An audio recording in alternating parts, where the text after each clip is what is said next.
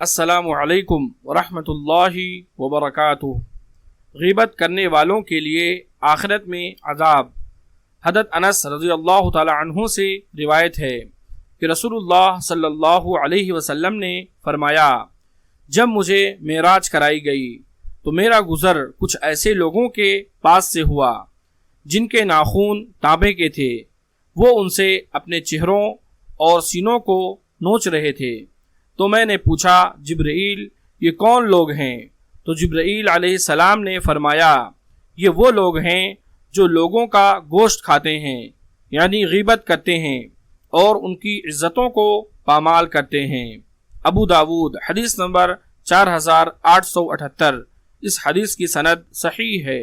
اللہ تبارک و تعالی سے دعا ہے کہ اللہ رب العالمین ہم تمام لوگوں کو غیبت سے بچنے کی توفیق عطا فرمائے، آمین۔